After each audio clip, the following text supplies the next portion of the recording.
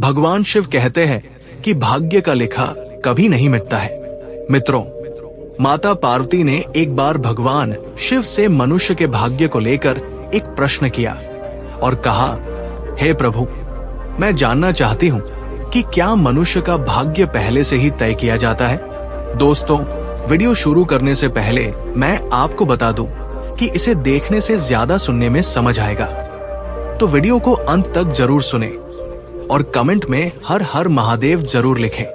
चलिए कथा में आगे बढ़ते हैं। तब मुस्कुराते हुए भगवान शिव बोले, हे देवी पार्वती, आपके प्रश्न का उत्तर देने से पूर्व मैं आपको एक कथा सुनाता हूँ। आप इसे ध्यान से सुने। दोस्तों, भगवान शिव ही संसार के आदि और अनंत है। शिव के बिना मृत्यु भी अधूरी है, क्योंकि प्राणी के जीवन का अंतिम सत्य है मृत्यु, और मृत्यु के देवता है स्वयं भगवान शिव। दोस्तों, आप सभी से हमारा विनम्र निवेदन है कि आप इस कथा को ध्यान पूर्वक सुने, ताकि आपको जीवन के कुछ महत्वपूर्ण पहलू समझ में आ सके। भगवान शिव कहते हैं, हे देवी पार्वती, काल से कोई भी नहीं जीत पाया है। हर प्राणी को काल मेरी ही आज्ञा से ग्रस लेता है। मनुष्य के जीवन में समय, परिस्थिति और स्थान, इन तीनों की बड़ी भूमिका होती है। कई बार जो कुछ भी घटित होना होता है, उसी अनुरूप परिस्थितियां बनती जाती है, और जो होना होता है वो बस हो ही जाता है। हे देवी, एक समय की बात है। पृथ्वीलोक पर भागीरथ नाम के एक विख्यात राजा राज्य करते थे। वे बड़े ही धर्मात्मा, न्यायप्रिय, पराक्रमी, विद्वान, कुशल और प्रजा का पालन करने में दक्ष थे। राजा भागीरथ अपनी प्रजा को अपने पुत्रों की भांति प्रेम करते थे। प्रत्येक रात्रि वे वेश बदलकर नगर में भ्रमण करते थे, ताकि वे अपनी प्रजा की कुशलता और उनके दुखों को जान सके। एक दिन की बात है, राजा अपनी उसी रात्रिकालीन दिनचर्या के अनुसार वेश बदलकर नगर भ्रमण के लिए निकले। भ्रमण करते करते अमृत बेला का समय हो गया था। अब हल्का हल्का सवेरा होने लगा था। रात भर भ्रमण करने के कारण वे अब नगर की परिक्रमा वाले मार्ग से होकर निकल रहे थे। उसी मार्ग के दूसरी ओर एक घना जंगल आरंभ होता था। तभी उन्होंने देखा कि एक नौजवान लकड़हारा कंधे पर कुल्हाड़ी लिए जंगल में प्रवेश कर रहा है। वो एक ऊंचे वृक्ष पर चढ़कर लकड़ी काटने लगा। अचानक कहीं से एक भयानक रीछ यानी भालू दौड़ता हुआ वहां आ पहुंचा। ये देखकर राजा एक पेड़ के पीछे चुपचाप छिप गए। लेकिन राजा ने देखा कि वो रीछ भी उसी वृक्ष पर चढ़ने लगा, जिस पर वो नौजवान लकड़हारा लकड़ी काटने के लिए चढ़ा था। उस रीछ को पेड़ पर इतनी तेजी से चढ़ते हुए देखकर राजा आश्चर्यचकित रह गए। उन्होंने सोचा, ये कैसे संभव है? इतना भारी भरकम प्राणी वृक्ष पर कैसे चढ़ सकता है? क्योंकि सामान्य रीछ कभी वृक्ष पर नहीं चढ़ता, लेकिन ये तो किसी अद्भुत शक्ति से चढ़ रहा था। उधर जब उस नौजवान लकड़हारे ने रीछ को अपनी ओर तेजी से आता देखा, तो डर के मारे उसके हाथ पांव फूल गए। भय से कांपते हुए उसके हाथ से वृक्ष की टहनी छूट गई और वो धड़ाम से जमीन पर गिर पड़ा। जैसे ही वो गिरा, उसी क्षण उसके प्राण पखेरु उड़ गए। अब जब वो भयानक रीछ पेड़ से नीचे उतरा, तो अचानक वो देखते ही देखते एक सुंदर स्त्री का रूप धारण कर गया और पास ही स्थित एक कुएं के पास जाकर बैठ गया, मानो वो किसी का इंतजार कर रही हो। दोस्तों, राजा भागीरथ ये सब देखकर भीतर तक हिल गए थे। उन्हें अपनी आंखों पर विश्वास नहीं हो रहा था।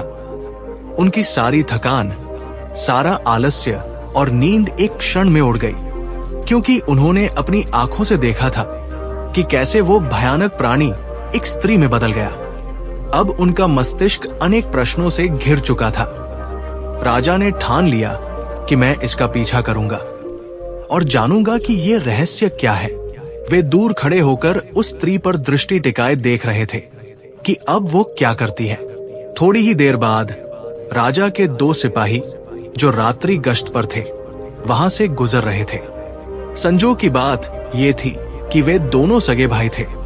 जब छोटे भाई की दृष्टि उस कुएं के पास बैठी स्त्री पर पड़ी, तो उसे देखते ही वो उसके रूप पर मोहित हो गया और वो बोला, भैया, वो जो सुंदर कन्या वहां बैठी है ना, उसे देखते ही मेरे हृदय में प्रेम जाग उठा है। मेरा मन कहता है कि वही मेरी योग्य वधू है। मैं उसी से विवाह करना चाहता हूं। बड़े भाई ने जब उसकी बात सुनी तो उसने भी कन्या की ओर देखा और वो भी उसी क्षण उसके सौंदर्य पर मोहित हो गया। और बड़ा भाई भी बोला, अरे छोटे, बड़े भाई के होते हुए तू कैसे विवाह कर सकता है? मैं तुझसे बड़ा हूं और मुझे भी उससे प्रेम हो गया है, इसलिए विवाह तो मैं ही करूंगा। तब छोटा भाई बोला, भैया, लेकिन पहले मैंने उसे देखा है, इसलिए विवाह का अधिकार मेरा है। अब दोनों भाई आपस में विवाद करने लगे। तभी बड़े भाई ने समझदारी दिखाते हुए कहा, हम व्यर्थ ही झगड़ रहे हैं, क्यों ना हम इस कन्या से ही पूछ लें कि वो हम दोनों में से किसे पसंद करती है। वो जिससे विवाह करना चाहे, हम दोनों उसे स्वीकार कर लेंगे। ये निर्णय लेकर दोनों भाई उस सुंदर कन्या के पास पहुंचे। बड़े भाई ने पूछा, हे सुंदरी, आप कौन हैं और यहाँ क्या कर रही है? तब उनके पूछने पर वो स्त्री मधुर स्वर में बोली, मेरा नाम रूपा है, मैं पास ही के गांव में रहती हूँ। मैं अपने पति की तलाश में इस जंगल में भटक रही हूँ। फिर छोटा भाई बोला, क्या हुआ, हमें बताओ, तुम्हारा पति कहाँ है? हम दोनों मिलकर उसकी खोज में तुम्हारी मदद करेंगे। तब रूपा ने हल्की सी मुस्कान के साथ शर्माते हुए कहा, अरे नहीं, अभी तो मैं कुंवारी हूं। मैं एक योग्य वर की तलाश में निकली हूं और इस संसार में मेरा कोई नहीं, एक मां थी, वो भी कुछ दिनों पहले चल बसी। इस पर छोटा भाई उत्साहित होकर बोला, वाह, कितना सुंदर संयोग है, हम दोनों भाई भी अविवाहित हैं। यदि तुम चाहो तो हम दोनों में से किसी एक से विवाह कर सकती हो। तब मुस्कुराते हुए उस लड़की ने कहा, मुझे तो आप दोनों ही पसंद है, आप ही तय कर लो कि मैं किसके साथ विवाह करूं। तब बड़े भाई ने कहा, हम दोनों भी इसी उलझन के साथ तुम्हारे पास आए हैं, अब क्या करें? तब लड़की बोली, तो ठीक है, इसका निर्णय मैं ही कर देती हूं। मैं तुम दोनों में से एक से विवाह करूंगी, लेकिन मेरी एक शर्त है। दोनों भाई एक साथ बोले, बोलो, हमें क्या करना है? तब वो कुंवारी लड़की बोली, तुम दोनों में से जो भी अधिक बहादुर और शक्तिशाली होगा, मैं उसी से विवाह करूंगी। दोस्तों, इतना सुनते ही दोनों भाई स्वयं को एक दूसरे से श्रेष्ठ और बलवान सिद्ध करने की इच्छा से आपस में युद्ध करने लगे। लड़ते लड़ते उन्होंने अपनी तलवारें निकाल ली और फिर छोटे भाई ने बड़े भाई के पेट में तलवार घुसेड़ दी और वही बड़े भाई ने भी पलटवार करते हुए छोटे भाई का गला काट दिया। इस प्रकार तड़प तड़प कर दोनों भाइयों ने अपने ही हाथों से प्राण गंवा दिए। तभी वो लड़की जोर से हंसने लगी और वहां से उठकर घने जंगल की ओर चल दी। वही दूसरी ओर राजा को एक और गहरा सदमा लगा। उन्होंने सोचा, इस स्त्री ने क्या कर दिया? ये तो कोई छलावा थी, अब ये आगे क्या करेगी? मुझे देखना चाहिए। ऐसा सोचकर राजा भी कुछ दूरी बनाकर गुप्त रूप से उसके पीछे चल दिए। मित्रों, अब सूर्य भगवान पूरी तरह उदय हो चुके थे, किंतु राजा भगीरथ एक रीछ के वृक्ष पर चढ़ने और फिर एक सुंदर कन्या के रूप में बदल जाने की विचित्र घटना को अपनी आंखों से देखकर भीतर तक हिल चुके थे। अब उन्हें न भूख का ध्यान था, न प्यास का, न ही राजपाट का। उन्हें तो केवल उस रहस्यमयी लड़की के विषय में जानने की तीव्र जिज्ञासा थी। राजा उस सुंदर स्त्री का पीछा करते हुए सावधानी पूर्वक लगभग 2 कोस दूर तक आ गए। अब आगे जो हुआ उसने राजा के आश्चर्य की सभी सीमाएं तोड़ दी, क्योंकि देखते ही देखते वही स्त्री अब फिर अपना रूप बदलकर एक जहरीले नाग में बदल गई और वो नाग बहुत तेजी से रेंगता हुआ आगे बढ़ने लगा। कुछ ही दूर एक नदी बह रही थी। वो नाग नदी किनारे पहुंचा और राजा की आंखों के सामने ही नदी में कूद पड़ा। नदी में एक नाव चल रही थी जिसमें 10-12 लोग सवार थे। वो नाग उसी नाव की ओर बढ़ा। राजा भगीरथ किनारे खड़े होकर ये सब देख रहे थे। नाग के नाव में कूदते ही उसमें अफरा तफरी मच गई। लोग डर के मारे अपनी जान बचाने के लिए नाव से पानी में कूदने लगे। इस भगदड़ में नाव भी पलट गई और जो लोग तैरना जानते थे वे किसी तरह नदी से बाहर निकल आए, लेकिन जो तैरना नहीं जानते थे वे डूबकर अपनी जान गंवा बैठे। दोस्तों, थोड़ी ही देर बाद वो नाग नदी से बाहर निकला और किनारे किनारे आगे बढ़ने लगा। राजा भगीरथ उसका पीछा करते रहे। फिर कुछ दूर जाने पर राजा को एक और आश्चर्य हुआ। वो नाग अब एक बार फिर अपना रूप बदल चुका था। अब वो एक वृद्ध गरीब ब्राह्मण के वेश में था। राजा ने सोचा, इस रहस्यमय प्राणी के विषय में जानकारी लेने का यही उचित समय है, क्योंकि इस समय वो एक वृद्ध ब्राह्मण के रूप में था। इसलिए राजा ने सोचा, अब मुझे इससे कोई खतरा नहीं होगा, मैं इसके पास आसानी से पहुंच सकता हूं। यही सोचकर राजा शीघ्रता से उस रहस्यमयी ब्राह्मण की ओर बढ़ने लगे। राजा तो उसके छलावे और रहस्यमयी चालों का पहले से ही पीछा कर रहे थे। अब वो तेज कदमों से चलते हुए उस ब्राह्मण के पास पहुंचे। उन्होंने हाथ जोड़कर विनम्रता से प्रणाम किया। उस वृद्ध ब्राह्मण ने भी हाथ उठाकर अभिवादन स्वीकार किया और उन्हें आशीर्वाद दिया। तब राजा ने समीप जाकर पूछा, हे ब्राह्मण देव, आप कौन हैं? तब उस ब्राह्मण ने बड़े आश्चर्य के साथ उत्तर दिया, क्या तुम्हें दिखाई नहीं देता? मैं एक ब्राह्मण हूं और साथ ही एक वैद्य भी। अभी मुझे बहुत शीघ्रता से राजमहल पहुंचना है, क्योंकि वहां के राजा संकट में हैं और उन्हें एक कुशल वैद्य की आवश्यकता है। उस ब्राह्मण की बात सुनकर राजा स्तब्ध रह गए। उनका शरीर पसीने से भीग गया। अब उनका धैर्य टूटने लगा। दोस्तों, भगवान शिव माता पार्वती से कहते हैं, हे देवी, ऐसा क्यों न हो, क्योंकि हर मनुष्य अपनी मृत्यु से डरता है और जब मृत्यु ही उसके सामने खड़ी होकर उससे बात कर रही हो तो भय तो होगा ही। राजा अब अत्यंत डर चुके थे, किंतु उन्होंने साहस जुटाया और दृढ़ स्वर में बोले, हे विप्र, कुछ तो सत्य कहिए। ऐसे झूठ बोलना ब्राह्मण को शोभा नहीं देता। इसके लिए आपको दंड भी मिल सकता है, यहाँ तक कि सूली पर भी चढ़ाया जा सकता है। और हाँ, मैं आपको बताना चाहता हूँ कि यहाँ के राजा मेरे मित्र हैं और वे पूर्णतः स्वस्थ हैं। ये सुनकर ब्राह्मण मंद मुस्कान के साथ बोला, मैं सब जानता हूँ। तुम व्यर्थ मेरा समय नष्ट कर रहे हो। मैं जो भी हूँ उससे तुम्हें क्या लेना देना? तुम अपने काम से काम रखो। राजा ने अब अपनी आवाज ऊंची करते हुए कहा, हे ब्राह्मण, आप पुनः असत्य बोल रहे हैं। आप ब्राह्मण नहीं हैं। आप वो नहीं हैं जो मुझे प्रतीत हो रहे हैं। जब तक मैं सच्चाई नहीं जान लेता तब तक मैं आपका पीछा नहीं छोड़ सकता। आपको सच बताना ही पड़ेगा। फिर से मंद मुस्कान के साथ वो ब्राह्मण बोला, हे युवक, मैं एक ब्राह्मण ही हूं। मुझे जाने दो, नहीं तो यहाँ के राजा की मृत्यु का कारण तुम बनोगे और इसका पछतावा तुम्हें जीवन भर रहेगा। ब्राह्मण के मुख से ऐसी बातें सुनकर राजा को क्रोध आ गया। उन्होंने अपनी गुप्त तलवार निकाल ली और बोले, अब आप झूठ नहीं बोल सकते। मैं तब से आपका पीछा कर रहा हूं जब आप ऋच का रूप धारण किए हुए थे। आपने उस युवक लकड़हारे को मार डाला, फिर एक सुंदर स्त्री बनकर 2 सिपाही भाइयों को एक दूसरे के हाथों मरवा दिया। फिर आप विशैला नाग बनकर नदी में कूदे और उस नाव पर चढ़ गए जिसमें कई यात्री सवार थे।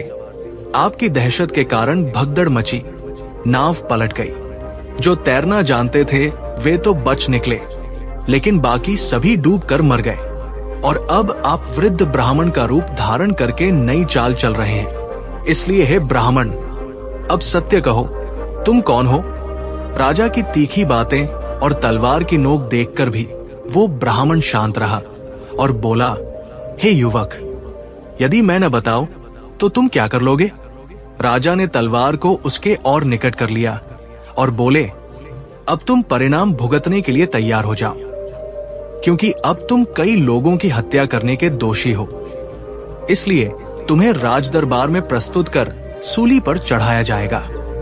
तुम नहीं जानते कि ये सम्राट भगीरथ का राज्य है, जो एक न्यायप्रिय और प्रजावत्सल राजा है। तुम यहाँ से जीवित वापस नहीं जा सकते, इसलिए तुम्हारी भलाई इसी में है कि अपने असली रूप में आओ और अपनी सच्चाई मुझे बताओ।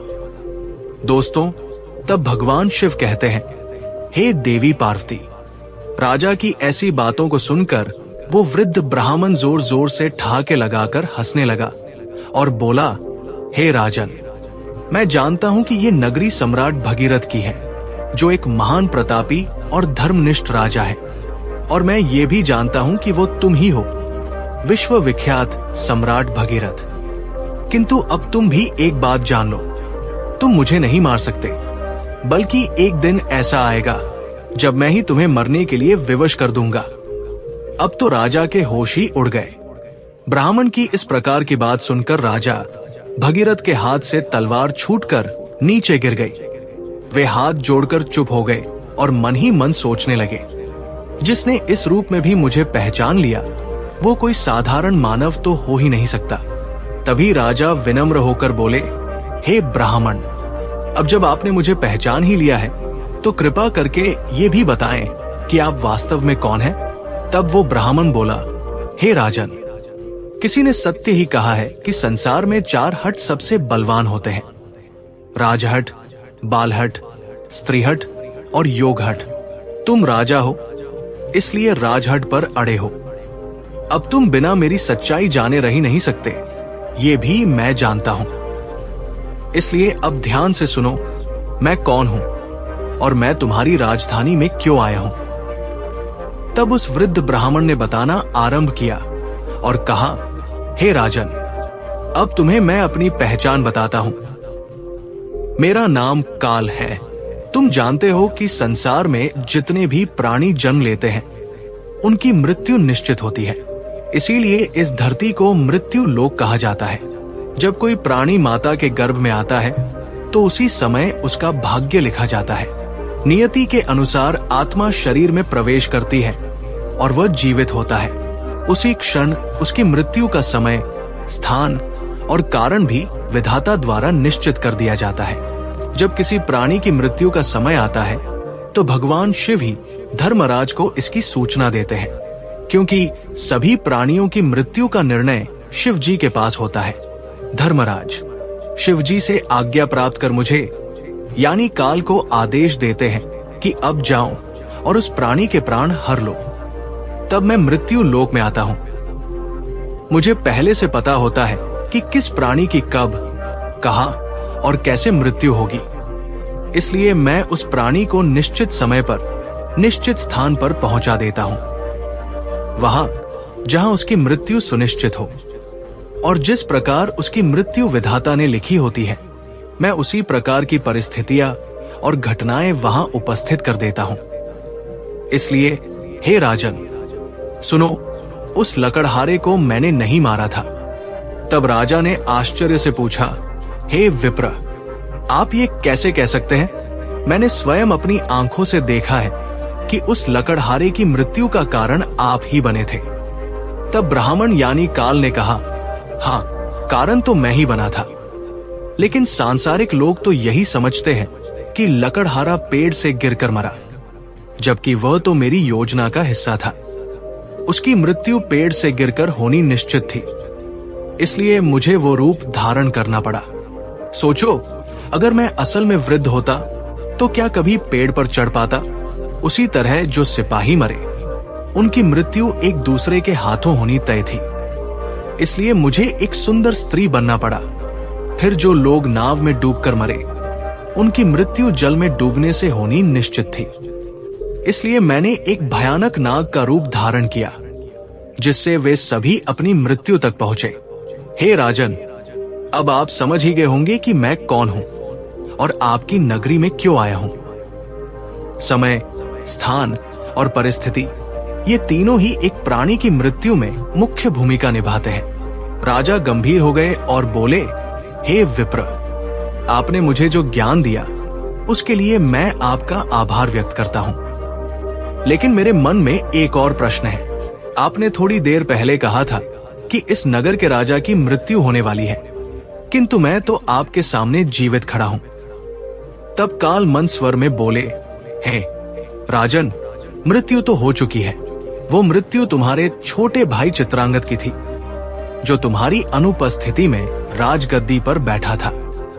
शत्रु राज्य के एक गुप्तचर ने उस पर बाण चला दिया, और क्योंकि तुम्हारे राज्य के नियमों के अनुसार तुम्हारी अनुपस्थिति में वही राजा माना जाता है जो गद्दी पर बैठा हो, इसीलिए मृत्यु राजा की ही मानी गई और तुम यहां मेरे साथ व्यर्थ की उलझनों में पड़े रहे। भगवान शिव कहते हैं, हे देवी पार्वती, जब राजा भगीरथ को यह ज्ञात हुआ तो वे बहुत दुखी हुए और सोचने लगे, मैंने ये क्या कर दिया। तब ब्राह्मण रूपी काल ने कहा, हे राजन, ये सब तो पूर्व निर्धारित था। तुम तो केवल इस नाटक के एक पात्र हो। जो होना होता है वो होकर ही रहता है। अब शोक करने से कुछ नहीं बदलेगा। तुम्हारी आयु अभी शेष है। अब तुम लौट जाओ और अपना राज्य संभालो। तब राजा बोले, हे यमदूत, मुझे क्षमा करें, मैं आपको पहचान नहीं सका, लेकिन अब मैं एक अंतिम प्रश्न पूछना चाहता हूं। क्या आप मेरी मृत्यु के विषय में बता सकते हैं? तब ब्राह्मण मुस्कुराते हुए बोले, पूछो राजन, मैं तुम्हारी शंका दूर कर दूंगा। तब राजा बोले, क्या आप मुझे ये बता सकते हैं कि मेरी मृत्यु कब होगी? तब यमदूत ने कहा, नहीं, एक सामान्य व्यक्ति के लिए ये बात जब तक गुप्त रहती है तभी तक वो इस संसार में विलीन होकर जी सकता है, अन्यथा वो मृत्यु से पहले ही पल पल तड़प तड़प कर मरता है। क्योंकि चिंता और चिता में कोई अंतर नहीं है। चिता तो केवल एक ही बार शव को भस्म कर देती है, किंतु चिंता हर पल मन और शरीर को जलाती है। दोस्तों, लेकिन राजा के घोर हठ के कारण ब्राह्मण ने कहा, हे राजन, जिस प्रकार से तुमने मेरे साथ रहकर दूसरों की और अपने छोटे भाई की मृत्यु के विषय में सुनकर भी धैर्य नहीं छोड़ा, उससे मुझे प्रतीत होता है कि तुम एक ज्ञानी और धैर्यवान पुरुष हो। इसलिए मैं तुम्हें तुम्हारी मृत्यु के विषय में बताता हूं। हे राजन, ध्यान पूर्वक सुनो। तुम्हारी मृत्यु आज से ठीक 1 वर्ष बाद सूली पर चढ़ाने से होगी, और विशेषतः ये मृत्यु इसी नगरी के भीतर तुम्हारे अपने राजमहल में ही घटित होगी। तुम इस मृत्यु को प्रसन्नता पूर्वक स्वीकार करना। इतना कहकर वो ब्राह्मण एक चील का रूप धारण कर वहां से उड़ गया, और दूसरी ओर राजा अपने महल लौटकर अपने छोटे भाई चित्रांगद का अंतिम संस्कार करते हैं और राज्य कार्य को पुनः व्यवस्थित रूप से संभालने लगते हैं। धीरे धीरे वे यमदूत के साथ हुई सारी घटनाओं को भूलने लगते हैं। इसी तरह 6 महीने बीत जाते हैं। फिर एक रात अचानक राजा घबराकर नींद से उठ जाते हैं। उन्हें मृत्यु की आहट महसूस होने लगती है। इस पर भगवान शिव कहते हैं, हे देवी, मनुष्य चाहे जितना भी निडर क्यों न हो, परंतु जब उसे अपनी मृत्यु का पूर्वाभास हो जाए तो वो उससे बचने के लिए कोई न कोई उपाय अवश्य ही ढूंढ निकालता है। राजा ने भी ऐसा ही किया। अगली सुबह राजा दरबार में अपने मंत्रियों से कहते हैं, हे मंत्रियों, एक भविष्यवाणी के अनुसार आज से ठीक 6 महीने बाद मेरी मृत्यु मेरे ही महल में सूली पर चढ़ाने से होगी। अतः आप लोग कोई ऐसा उपाय खोजें जिससे ये मृत्यु टाली जा सके। कुछ समय बाद एक प्रमुख मंत्री ने सुझाव दिया, महाराज, यदि हम राज्य भर से सभी नुकीली वस्तुओं जैसे सूली, भाले, चाकू, कटार आदि का पूर्णतः बहिष्कार कर दें और उन्हें राजनगर से बाहर निकाल दें, तो शायद आपको सूली पर चढ़ाया ही न जा सके।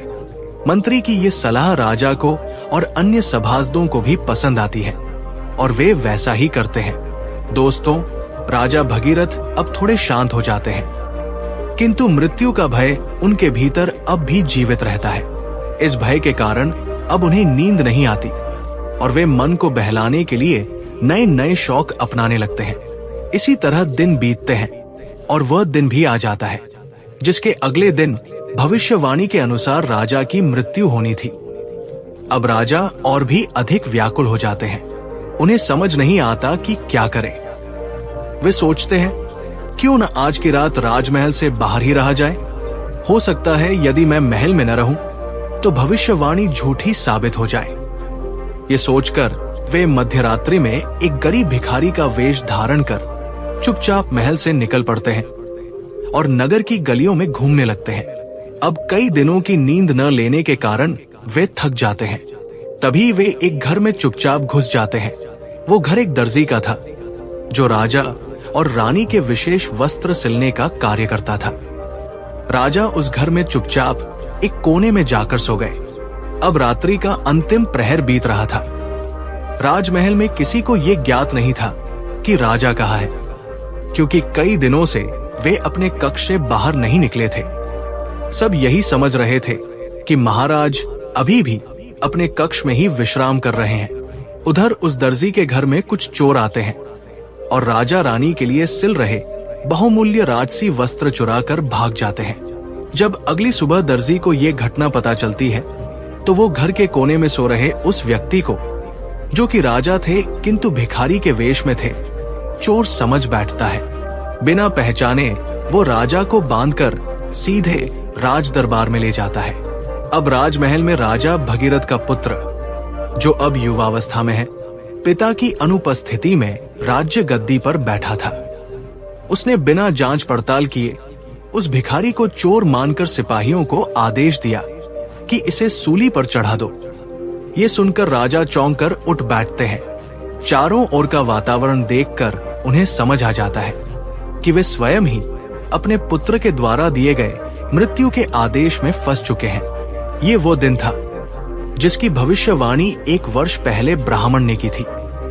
राजा ने तुरंत दरबार में अपने मंत्रियों को सारा वृत्तांत बताया और कहा, हे मंत्रीगण, हम एक धर्म संकट में हैं।